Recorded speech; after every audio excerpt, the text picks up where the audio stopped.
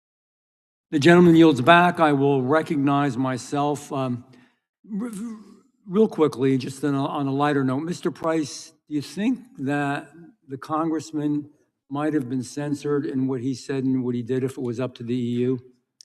Yes, sir. Under German legislation, he's engaged in criminal insult to a politician. Is that what happened to Jimmy Kimmel? And in a... My time, moreover, he might well have been violating electoral disinformation, which would mean that the EU's watchdog on electoral disinformation would be following. Luckily, he's in Florida, of course, and he can invoke the First Amendment. This doesn't look like this isn't disinformation. They made it dull. I remind the gentleman from Florida, this is not his time, that he had his time. I thank the gentleman. I don't know where to begin, but let me begin by how do I say this? I really want to try to be a little friendlier to the other side here, but it's always politics, 24/7. The damn hearing isn't about politics. Quite frankly, it isn't about Minnesota particularly. It isn't about that issue. Is that issue worthy of discussion? Absolutely. But the issue here was the threat to America's freedom by foreign countries. Now, just in case anybody needs a reminder, I don't think we do. We got a real lot of smart people in this room. American men and women died so that we have that freedom of speech. American men and women were willing to give up everything so we have that freedom. This is a big deal. And it's always the politics of the day on the other side. It's always whatever's the hot issue, but nothing to do with the hearing is about. And the hearing is important because we really could lose our freedoms. We have other countries controlling the hard-fought freedoms of the United States of America. It's terrible. It's awful. And that's why we're having this hearing. And I thank you all for being here. Mr. Mayall, I'm not trying to give you a hard time, but you're from the ACLU. You're a really smart guy. You know your stuff, right? You're pretty smart. I mean, if I ask you a question, they wanted you to talk about Minnesota because God forbid we talk about the real issue, but you should be able to answer issues of the loss of freedom, whether you're liberal, conservative, Republican, or Democrat, socialist, progressive. I don't care what you are.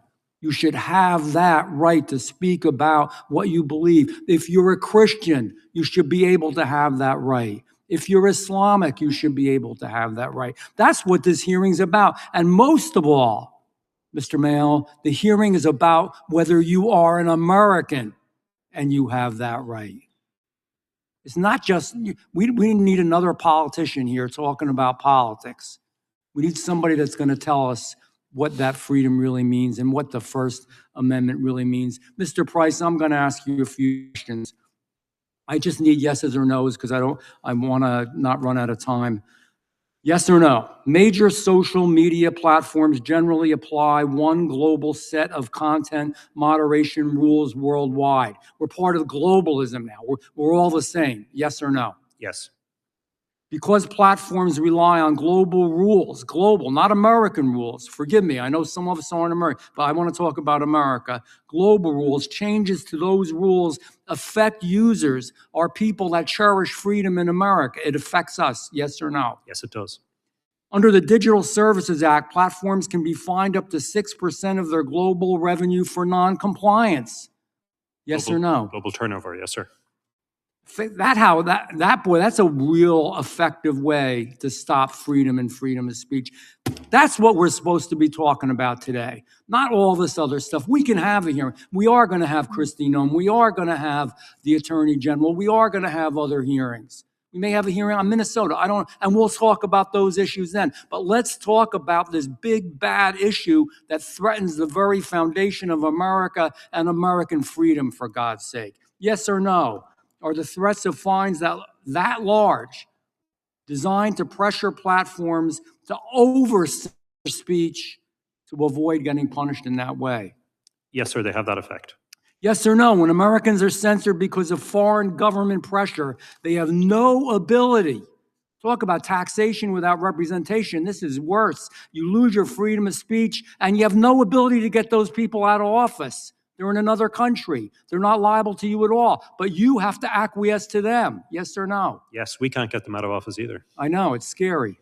If Americans are losing their speech rights because of laws written overseas, then this is not just a tech issue. This is not some boring issue that people want to put in a closet somewhere where people yawn and forget about it. There's freedom of religion, freedom of speech, freedom of the way to raise your family the way you want to, all the freedoms that we cherish in America. Yes or no? Yes, sir.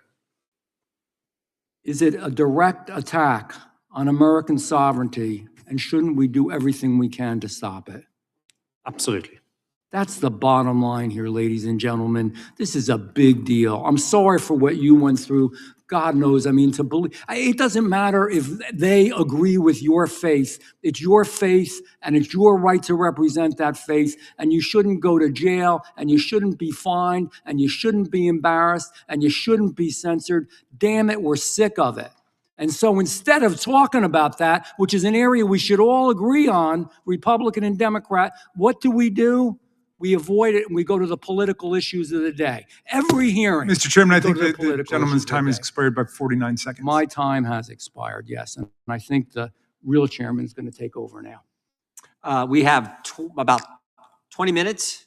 You can all hang with us 20 minutes. That'd be great. I think we're going to recognize the gentleman from Wisconsin, and then Ms. Hegeman, the gentleman from South Carolina, and then Mr. Onder from Missouri. So, gentleman from Wisconsin is recognized. Sure, thanks. I'm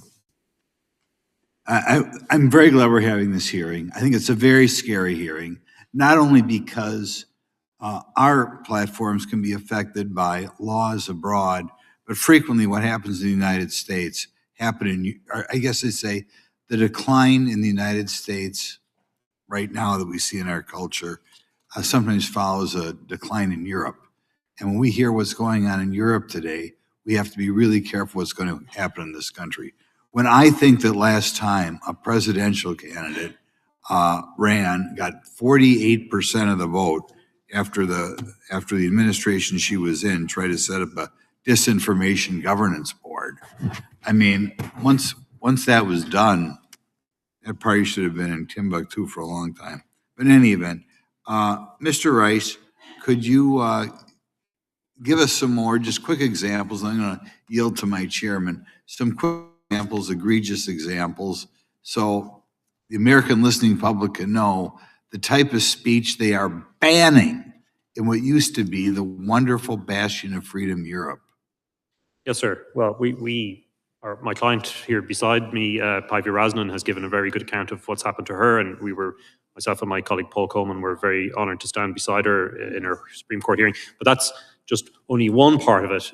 In the United Kingdom, in London, where I'm living at the moment, we have a situation where people are being criminally prosecuted for praying silently, for offering to have conversations with people in public places. Anti-Christianity in Europe. I think that is a very accurate way of describing it, yes. We have situations where people are being prosecuted for reading scripture when other people find it offensive, particularly people from the Islamic community, and they've made criminal complaints. We act for those as well. We have a client, for example, Rose Doherty in Scotland, who held a sign saying, "I'm here to talk if you want," and 5 police officers arrived to arrest, detain, and search her for breaching Scottish law in relation to that. There are many examples. I've given some statistics in my written testimony which outline the dire state of affairs, and I think it's entirely correct what Vice President Vance said when he was in Munich, that we now have a civilizational divide opening up between Europe and the United States. That would be bad enough for us on our own if it wasn't for the fact that the European Union is trying to impose it on you as well by virtue of these tech regulations such as the DSA. Thank you. I'm going to yield to my great chairman. Thank you. Thank the gentleman for yielding. Mr. Price, why are they really going after X? Sir, it's my view that they're going after X because X has decided to take a maximalist position of free speech, to have the most possible free speech. And that's inimical to their view, which is that we cannot have free speech. The left loved Elon Musk until he spent, what did he say? I didn't spend $50 billion to buy Twitter. I spent $50 billion to save the First Amendment. So they loved him before he bought X and said, I'm going to honor the First Amendment and respect the First Amendment. Would you agree, Mr. Linehan?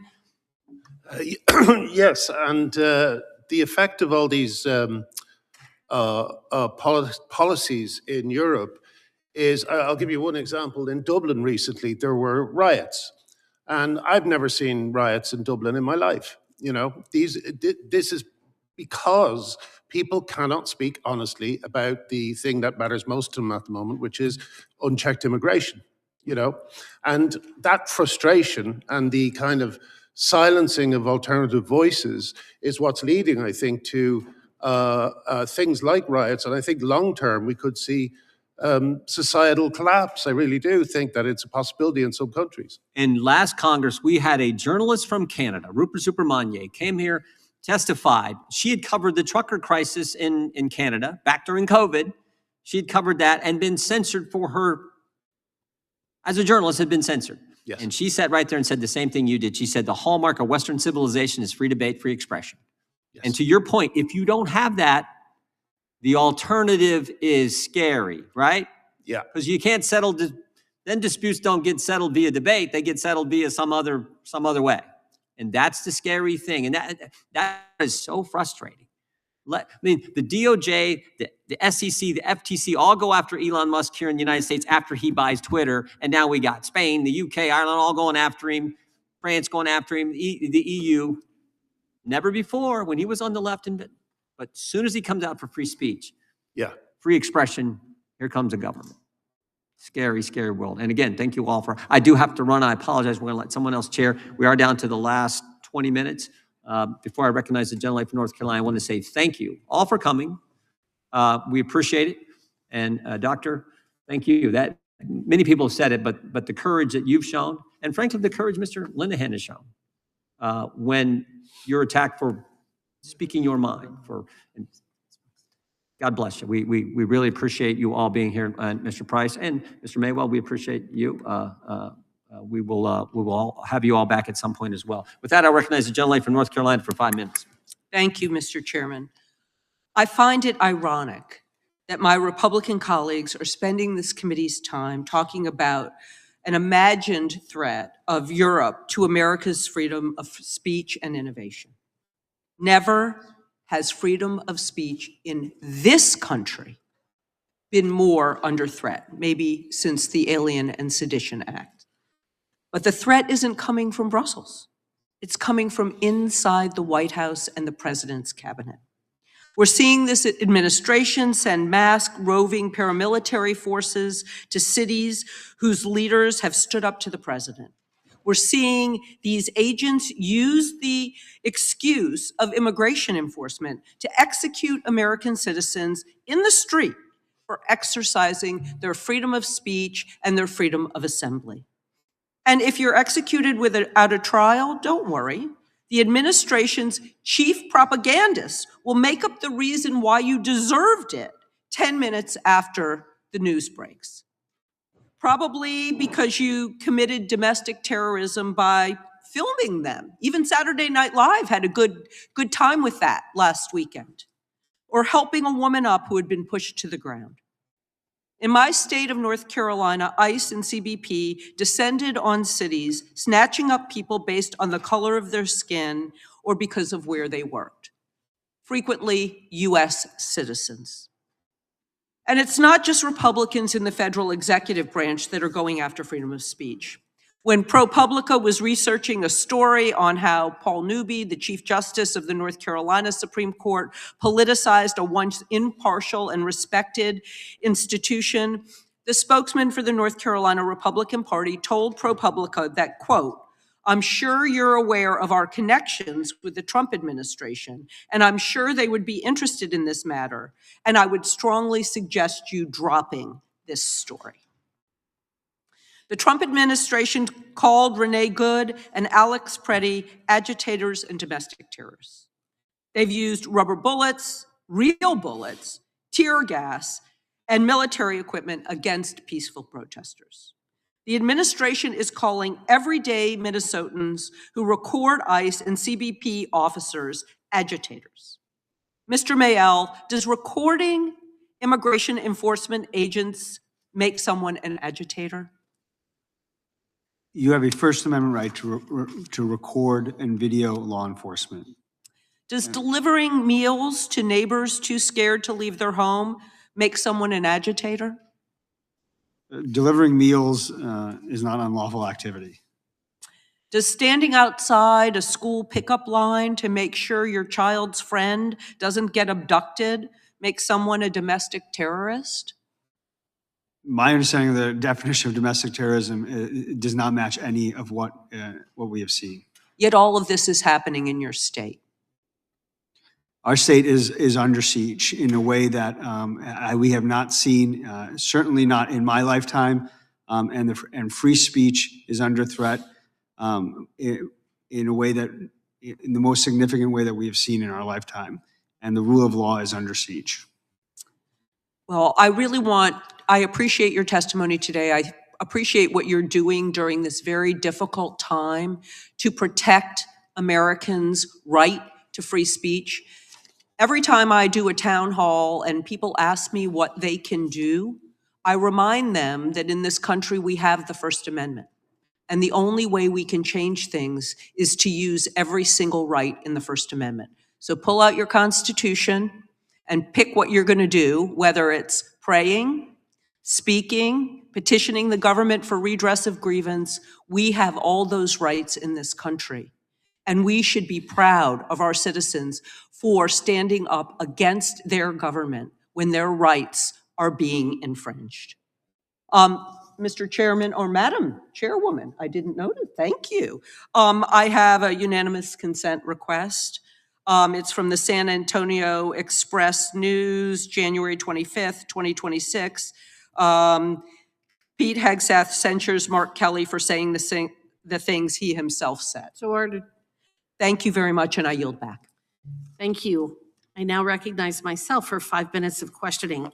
Mr. Linehan, in your testimony, you describe how the UK police identify what they refer to as non-crime hate incidents against citizens, even if there's no actual violation of the law. Talk about Orwellian. Could you please briefly explain for us what a non-crime hate incident is?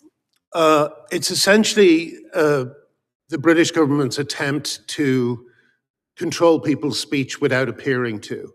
Non-crime hate incidents, they don't, I believe they appear on background checks, but it's very hard to find out what they have, what they are saying about you. I was invited to the Conservative Party conference in the UK, and my accreditation was turned down. I still don't know why.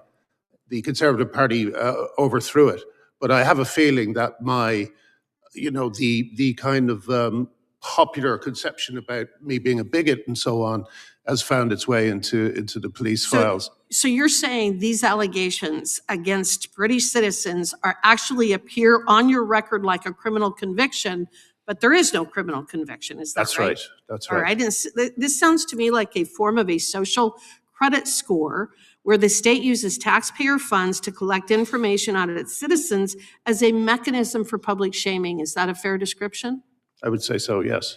So, and then are these so-called non-crime hate incidents, are they at least enforced equally? In other words, are these targeted against people of certain religious or political beliefs, or against people who fail to subscribe to in vogue woke ideology? Well, I'm not sure. I think, as I said earlier, I think the UK police, their main job now is keeping the people under control, because too many of them are noticing things that are worrying them, things that they want to talk about, and they're not being allowed to talk about it. For instance, the BBC for 10 years now has basically ignored the gender issue completely, which means that the side of the story that is, just a very kind of calm and compassionate laying out of things that feminists believe is just unspoken on the BBC. So, so I don't know much about the operation of non-crime hate incidents, but I believe because of my arrest, they say they're not going to prosecute them anymore. They're not going to bring them, investigate them.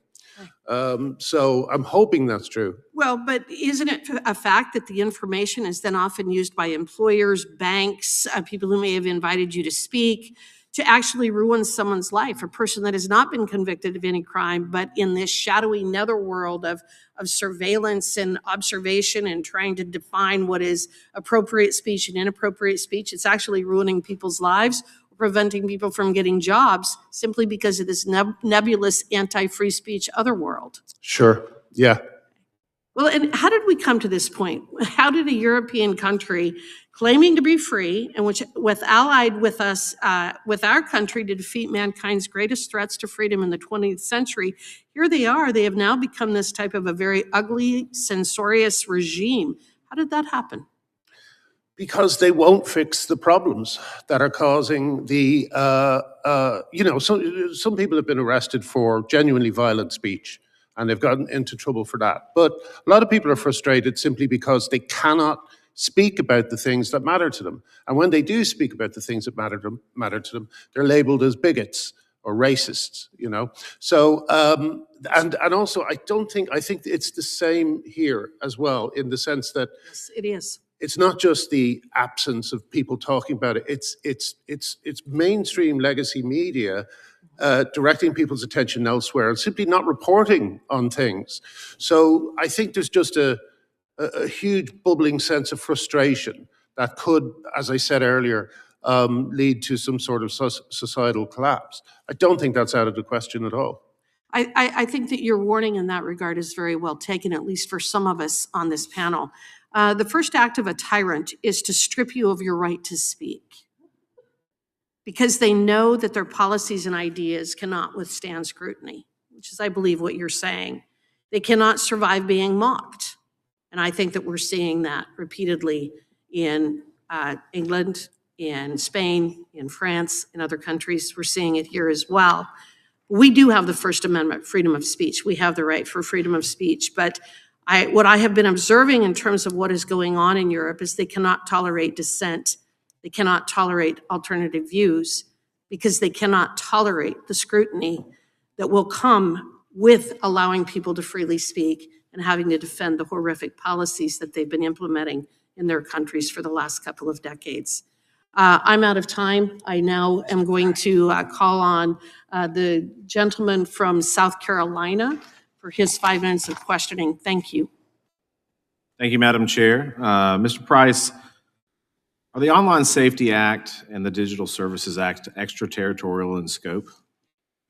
They, in effect, are, yes. But they were not designed that way originally, right? Well, that's a very good question. I think there's enough ambiguity that was the intention, in my view. It's not precise. At our last hearing, Mr. Farage, that you were here, Mr. Farage discussed the emergence of a two-tiered system of justice and how censorship efforts in the EU and the UK disproportionately target conservatives and individuals critical of their governments, particularly on issues like migration. Under the DSA, would a statement like, "We need to take our country back," be considered illegal hate speech? It was given, in fact, that very phraseology as an example of something that would be in some of the documents that this committee has revealed. Right, that was in the European Commission's May 2025 workshop, right? Yes, correct. In your opinion, do you think that there is a migrant crisis in Europe? There is a very serious crisis in Europe with migration, and I agree entirely with Graham that it's fueling a lot of political division because our governments are not seen to take action on it, not take seriously. You saw in Spain recently, over 500,000 migrants, their status was changed. They were regularized or legalized, and then almost immediately afterwards, the Spanish Prime Minister is announcing that he intends to launch a major crackdown on what he describes as hate speech online. I don't think those things are unconnected. I think they're very much connected. And this is what we're seeing across the European Union as well, a desperate attempt to hold together the civic discourse by using censorship and threats. And that's precisely, and it's very interesting talking to Ranking Member Raskin about this, it's precisely the opposite of the tradition of this country historically. You have the debate out in open here, whereas in Europe, you silence, you suppress, and you arrest.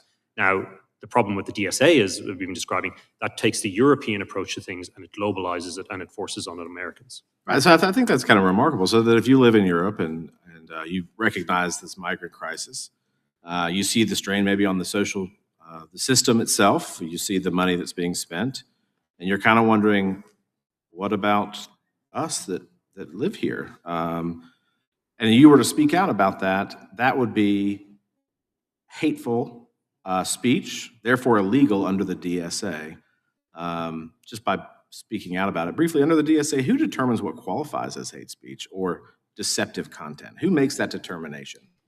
That's made in practice by national regulators, by local law enforcement. So we all come down, unfortunately, to the lowest common denominator. And in effect, I don't mean to be attacking Germany all the time. It's Germany. The Germans and, I mean, the UK has its own system outside of the DSA. But the level of crackdown on speech in Germany is unprecedented. 60 Minutes did a very good documentary highlighting that issue. And because of the German obsession with controlling speech, that has been now expanded across the European Union and is now being globalized, unfortunately, through the DSA. We're seeing everything set to that standard. So in effect, this is a subjective determination by some faceless, unelected, unaccountable bureaucrat that is making the determination on what hate speech is or deceptive content is or is not. Do you trust EU bureaucrats to define hate speech when they label, "We need to take our country back" as such? No, I don't. And as I say, most of the raft of digital regulation that we've seen came in on foot of the so-called rise of the right, the Brexit vote. And that's very tightly connected. It's caused by that. It's correlated with it. And the reason being that they felt they had lost narrative control. And Graham's correct. The legacy media in Europe is heavily funded by the state in many accounts. Whereas with X, people can post their opinions. They can get millions of views for them. Right, it's a free exchange of ideas, right? Free exchange of ideas. Modern public square. Under the DSA, companies are required to monitor and censor such language, and violations obviously would result in fines or maybe even FBI raids or federal raids in Paris on X, right? That's the next yes, sir, that's what punitive step. Yeah, and lawyers are often careful about making predictions, but I confidently predict that the next round of fines on X will be connected with illegal content and this content moderation for systemic risk. They identify so-called anti-migration narratives or others as a systemic risk to the discourse inside the European Union, and they have to stop it. And it's not just Europeans, and this is where this becomes global. If you're in Texas or South Carolina or New York, and you're commenting on what's going on in Europe, saying, the migration situation is a disaster, they don't want that speech to leak across into Europe. So either X will start to globally moderate it by removing it, or we're going to see a firewall being set up in the center of the Atlantic. And that would be a disaster even further for free speech. It creates exactly what Vice President Vance described as this civilizational divide. Well, it's alarming to me. I just visited the DMZ a couple months ago, and the divide between the West and South Korea, if you will, and then North Korea. This seems like, and the suppression, the lengths that the North Koreans go to make sure that things don't come into the country, it sounds exactly like where Europe is headed, and hopefully they can course correct and that we never follow them on this path. Thank you, Madam Chair. With that, I yield. Mr. Chair. The gentleman yields back. I want to recognize myself for 5 minutes. First, I want to personally thank you, Mr. Linehan, and you, Dr. Rasnahan, for your courage in speaking out against gender ideology. I share your conviction, and I speak out because of my own medical training and my understanding of human biology.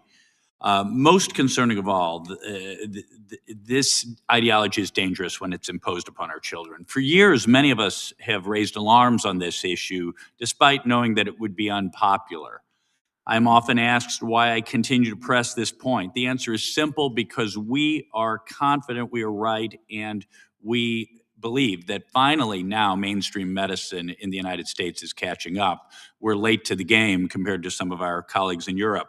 Just yesterday, a major U.S. medical association, the American Association of Plastic Surgeons, reversed its position and came out against so-called gender-affirming surgeries for minors. They did so for very good reasons that many of us have articulated for years, because these procedures do more harm than good, and they are not supported by solid clinical evidence. And in response, the American Medical Association then acknowledged that it is time to stop performing these surgeries on children.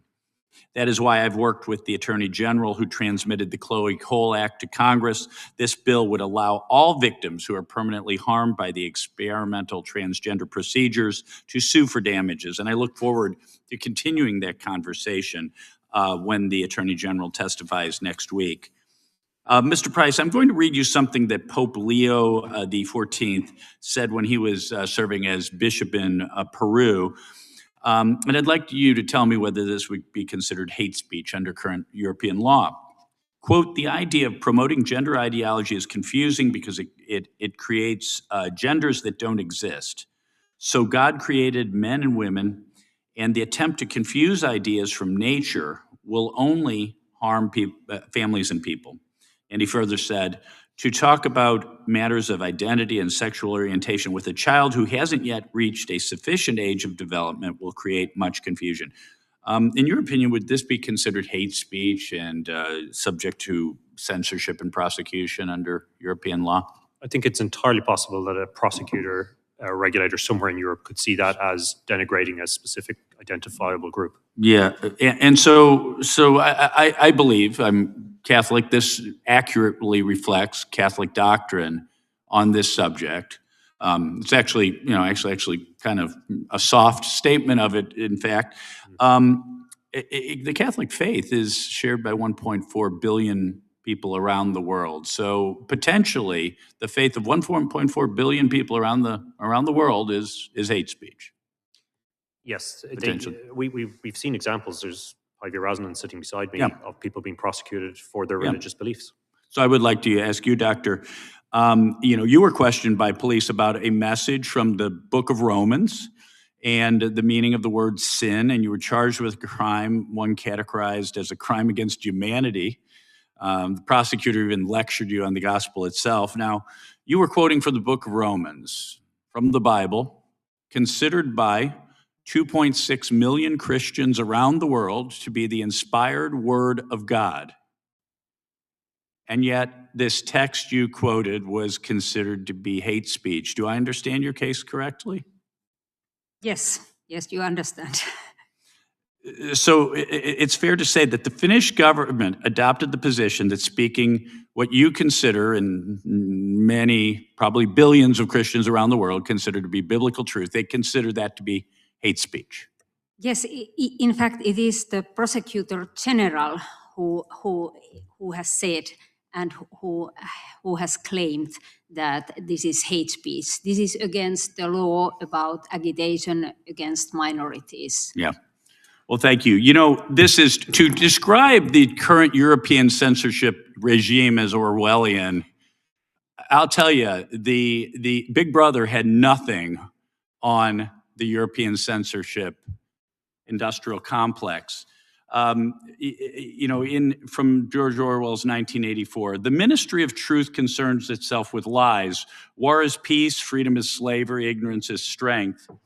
In the end, the party could announce that 2 and 2 make 5, and you would have to believe it. So we have a regime where boys can be girls, COVID came from pangolins in a wet market, toddlers should be wearing masks, Trump was elected by the Russians, and speech we don't like is hate speech. Western civilization is in a sorry state if we reject freedom of speech. Thank you all, and I yield back. Mr. Chairman, I just have a few UC requests. Without objection. Thank you kindly. Elon Musk, king of censorship, 10 times the free speech absolutist silenced Twitter users. Without objection. Mondo, Salon, Trump's war on comedy threatens the free speech for all Americans. Without objection.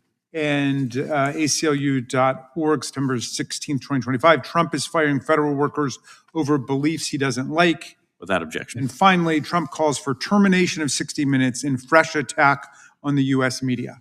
Without objection. This concludes today's hearing. We thank the witnesses for appearing before the committee today. Without objection, all committee members will have 5 legislative days to submit additional written questions for the witnesses or materials for the records. Without objection, the hearing is adjourned.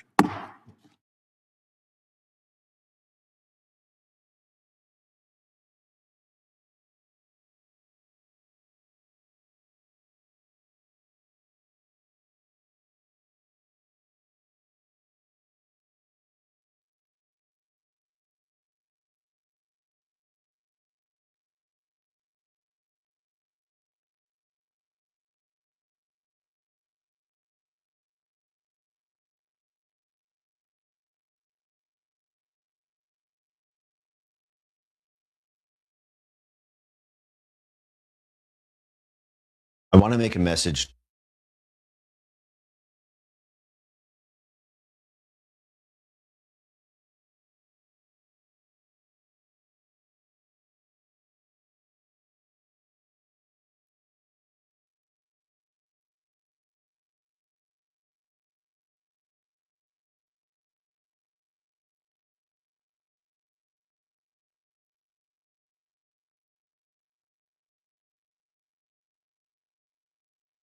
To J.D. Vance, Marco Rubio, and anyone who might want to run for president of the United States in the Republican Party in 2028.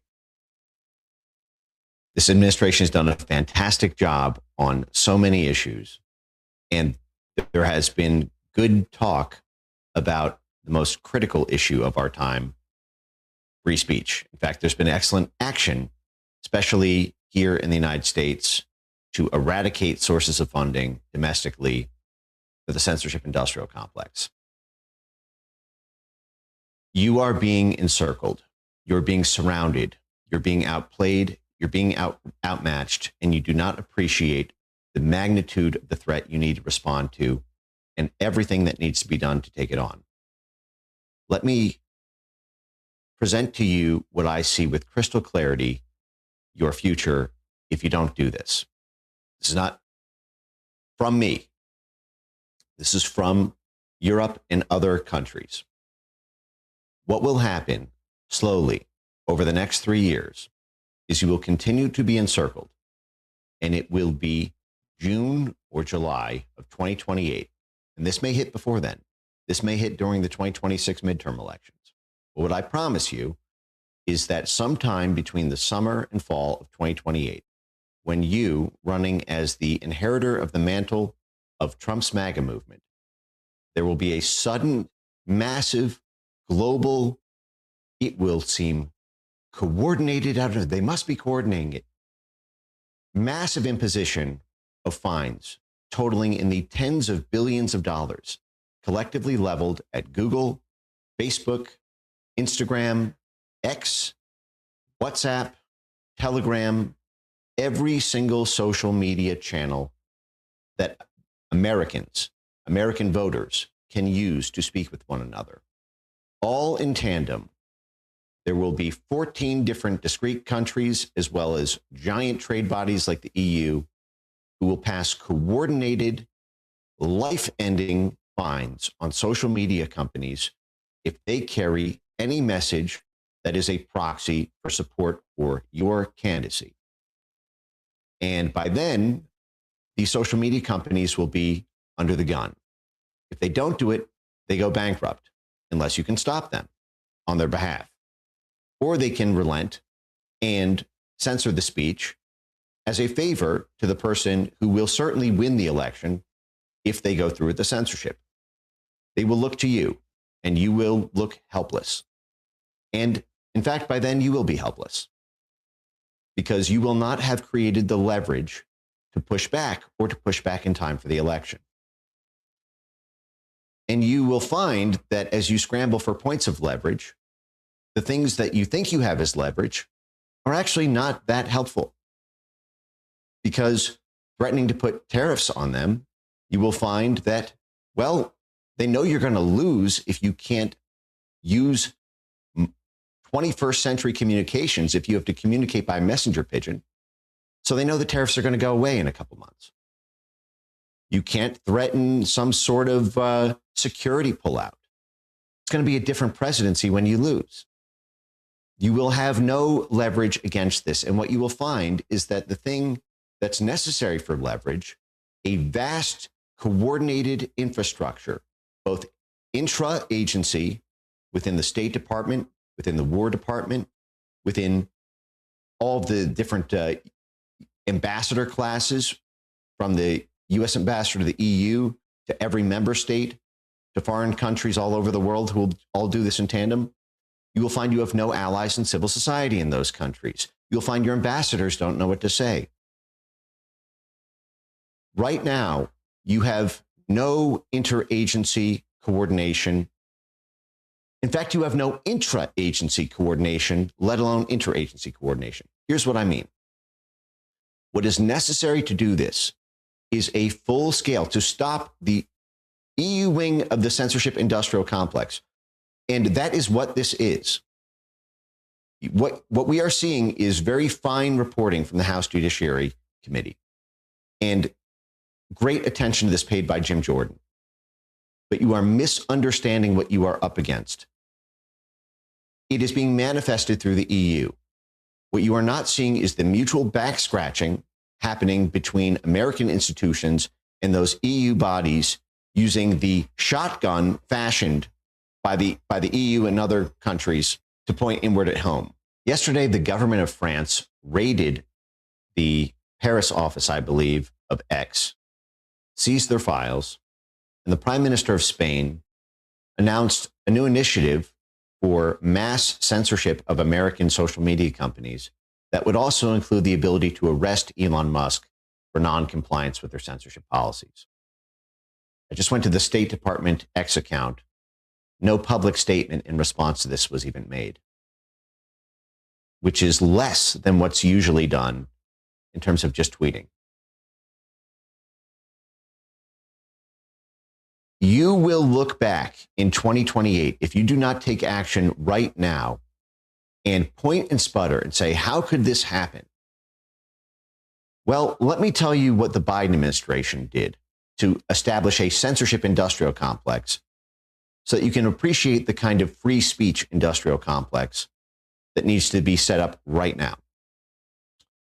They had intra-agency coordination, meaning the State Department bureaus were all working in sync with a common global goal, and then every country, the Western Hemisphere office, the Central and Eastern Europe office, the Asia, the Africa offices, they all had the same guidance about what to do in every country in their bloc in terms of pushing foreign countries to adopt mis and disinformation measures and to impose costs on American social media companies. I know, it sucks. It's the opposite of what they're supposed to do, which is to promote American companies abroad. But they did the opposite. So there was no conflict, for example, between the Europe desk, the public diplomacy desk, the democracy, rights, and labor desk. They all knew what each other were doing. They all had top-down guidance to do it, and the agency was in sync so that the censorship policies being promoted in Poland matched the censorship policies being promoted in Brazil, matched the censorship policies being promoted in France, matched the censorship policies being promoted in Spain. Now, every country's a little bit different, and some influence or funding or grants towards things is more effective in some than in others. So what they did is they created milestones and progress, and they tailored each censorship program and goal in every country to what they could reasonably push to that year, and then scaled from there. Beyond that, there was interagency coordination. The White House, your White House, set up a information integrity task force. Information integrity means censorship. It means the world of information can be chunked into two categories. High integrity, meaning speech that's allowed because you can trust it, and low integrity, meaning speech that the government wanted censored in every country, in every jurisdiction, on every platform on planet Earth. Now, this White House Interagency Task Force on Information Integrity had 26 government agencies and departments as part of its interagency task force. 26 government agencies and departments. The State Department, the Central Intelligence Agency, USAID, the Department of Defense at the time, DARPA. It was all the way down to the Department of Energy, the Department of Health and Human Services, the Department of Education. That's why it looks so full spectrum. It was not a random one-off tweet or a speech in Munich, which is great, which is fantastic. The infrastructure is missing. You have no ground game, and you have no top game. There is nothing. What can the U.S. ambassador to France say? Do they even know what to say? Is there any guidance? Is there any central task force? Do you think the thing that the U.S. ambassador to France, even if he or she were educated on this, would be able to push together with the charge d'affaires in Spain or in the UK? How many ambassadors or embassies even know what's going on, let alone know what to do if they did know what was going on? How many of their jobs are dependent on doing a good job on defending free speech? There's 3 reasons that you can do this. One is because you believe in the principle, like me, like millions of your voters. So the second reason that you might want to do this is because it makes your base happy and makes people want to vote for you. The third reason is even if you don't want any of those, you'd rather do what's best for the donors on trade than what's best for the voters on free speech. I understand, real politics is what it is. But you should do this for you, if nothing else. Because if you want to run for president in 2028 and you want the votes of Trump supporters, then Trump supporters are going to get collectively destroyed because the platforms will be destroyed, any platform that can host them. And I've seen this movie before. I screamed like bloody hell inside the White House in 2020 about this. And it didn't seem to hit people until the president himself was already censored. Then suddenly the plight of tens of millions of followers was seen, and I'm glad that it was. I'm eternally grateful that it was. But I'm here from the future to tell you this is going to happen, not might happen, not hypothetical, not tail end risk. They're talking about it. When they first issued that $140 million fine under the EU Digital Censorship Act, they were testing the waters to see if holy hell would be raised, if Trump might pull out of NATO for a month, if tariffs would spike to 300%, if French businessmen or German businessmen or EU businessmen in the United States were arrested. Nothing. There was nothing. Well, you might say it's only 140. Well, what happens when it's 140 billion instead of 140 million? The platforms, no matter how much they like you, they're not guaranteed that you're going to win if they hold off and accrue billions of dollars in fines, hoping you win the election. It's going to be a close election, even with free speech on the internet. Without it, you got no shot. If the entire generation of under 50s who communicates 90% on digital platforms can't even talk about you or talk about scandals the other side commits, you're lost. You are placing the platforms in an impossible position by not fighting for them now. You need a full-scale effort, body-wide in the EU, both at the EU level and in each of the member states. There needs to be a progress bar month over month about what steps were taken within each member state country to convince them to pull out of the DSA, to convince the EU regulators that it will be far more costly for them to keep this regulation than it is to throw it away. And if you don't do that, I am here from the future to tell you, you lost. And there's a very likely chance you will be in jail when President Gavin Newsom picks Kamala Harris as his Attorney General of the United States. This is existential, not just for us, the little people who vote for you, not just for the platforms who have put it all on the line to go against 10 years of Democrat pressure to try to be neutral here in the United States, but to yourselves. You cannot have a situation where the Europe desk and DRL and public diplomacy and every individual country has no common plan to create leverage.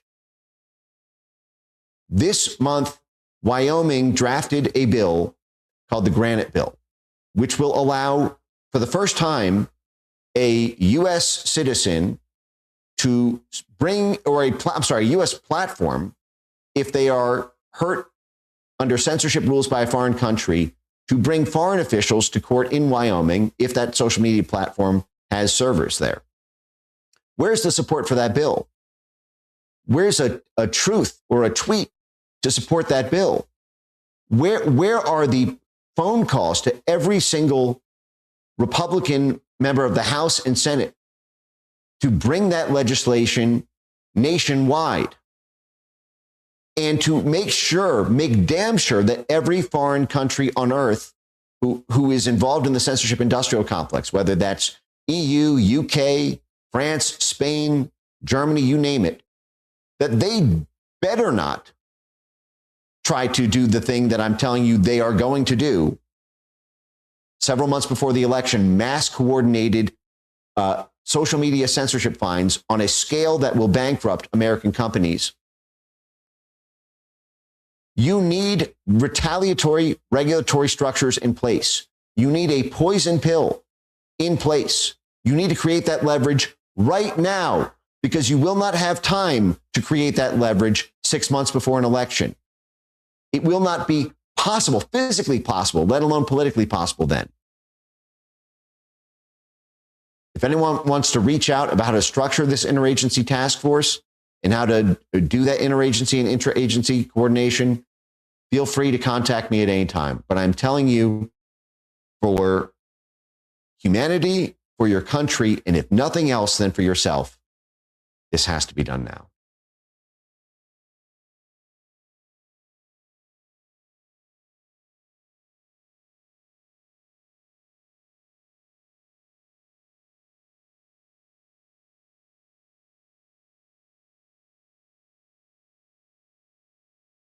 Now recognize the ranking member of our committee, Mrs. Waters of California, for 5 minutes for questions. Thank you very much. Secretary Besson, in the FSOC annual report, you stressed the importance of economic growth to promote financial stability. While you noted many ways you plan to deregulate Wall Street and plant the seeds for another crisis, you said little about the harms of inflation. I find this odd, as the president and you have finally began discussing in the media how the price of goods are way too high. Notably, you mentioned that tariffs may need to come down to lower costs for Americans. So I have a few questions about this. As a former hedge fund manager in 2004, and I don't want you to go into any long details about this, but did you write a letter to investors raising concerns about the impact of tariffs, writing that, quote, tariffs are inflationary? Did you say that at that time, yes or no? No. Okay, thank you. Okay, we have a New York Times article that, agrees that you said New York that. Times. Then last summer, when you testified before a Senate committee, you said, and I quote, "There is no inflation. Tariffs are not being passed on to consumers." You were quite definitive and even claimed that critics had, quote, "tariff derangement syndrome." Well, those comments are at odds with the statement you made to investors that tariffs are inflationary. Again, I want to be clear, so just let me ask you, are tariffs inflationary, yes or no? According to the San Francisco Federal Reserve, with 150 years of data, Yes or no? Tariffs do not cause inflation. San Francisco Federal Well, last Reserve, November, as Congresswoman, the Trump administration finally began to realize 150 years that of data. affordability issues in America are not a hoax, you told Fox News that the government was going to reduce tariffs on goods like coffee and bananas, and that doing so would, quote, bring the prices down very quickly. Mr. Secretary, why was that announcement even necessary? If tariffs aren't inflationary, and as you and the president like to say, are paid for by foreign countries, by the foreign country, a tariff on coffee or bananas shouldn't raise the price of either for American consumers. Well, that's the Trump logic, but that isn't reality. It did raise prices across the board, and you know it. I think you knew back in July also. The real question is, why would you even impose a tariff on a good that a country doesn't grow or make, as that would only serve to punish the American consumer? Now, as you know, this committee has taken a bipartisan approach to addressing another real affordability crisis, housing, Rents are too high. There aren't enough houses. However, one clear reason that the housing crisis has grown worse is that you and the rest of the Trump administration levied tariffs on housing production goods like lumber and steel, as well as appliances. These tariffs will result in half. Reclaiming my time. You don't get to talk. Lumber is at a Reclaiming my 5-year time. low, Congresswoman. Reclaiming my time. Then let's just have the facts, ma'am. Reclaiming my time. Thank you. However, one clear reason that the housing crisis is going worse is that you and the rest of the Trump administration levied tariffs on housing production goods like lumber and steel, as I said, as well as appliances. These tariffs will result in 500,000 fewer homes built at a time when we need more homes built, not less. Trump single-handedly made housing more expensive. And once again, you know it, as Axios has reported that you were planning to lift tariffs on housing production goods. In addition, the unlawful campaign the Trump administration has waged with ICE and Border Patrol, terrorizing American communities, has also harmed home construction across America. So I ask you, Secretary Benson, will you be the voice of reason in the administration and urge Trump to stop waging a war on American consumers and on housing or affordability and putting the economy at risk? Yes or no? You don't have to explain. Representative Will you be the voice? Will you be the voice? Will you be the voice? Will you be the voice of reason? Will you be the voice of reason? A study Yes or from no? Lorcan University Reclaiming my has time. shown Reclaiming my the time. big- the biggest reason for Reclaiming housing my increase time. was a mass Reclaiming my time. unfettered immigration. Mr. Chair, will who let you let in him between know 10 that and when I 20 ask million him time immigrants to Time does took belong up to the the housing gentlewoman stock. of California. 10 and 20 million immigrants Can you took shut up the him up? housing stock of working Americans. And can you maintain some level of dignity? Gentleman's time has expired. No, my time has not expired. Your time has expired. And the The gentleman, gentleman took up my time. I think you should recognize that, Mr. Chair. the gentlewoman's took time up has my expired. The gentlewoman's time has Well, expired. if you wanna- The if you wanna protect him, the chair Mr. recognizes the vice chairman of the Mr. committee, Chair, Mr. If you Heisinger. want to Parliamentary inquiry. go right ahead, but I would not expect you to do that.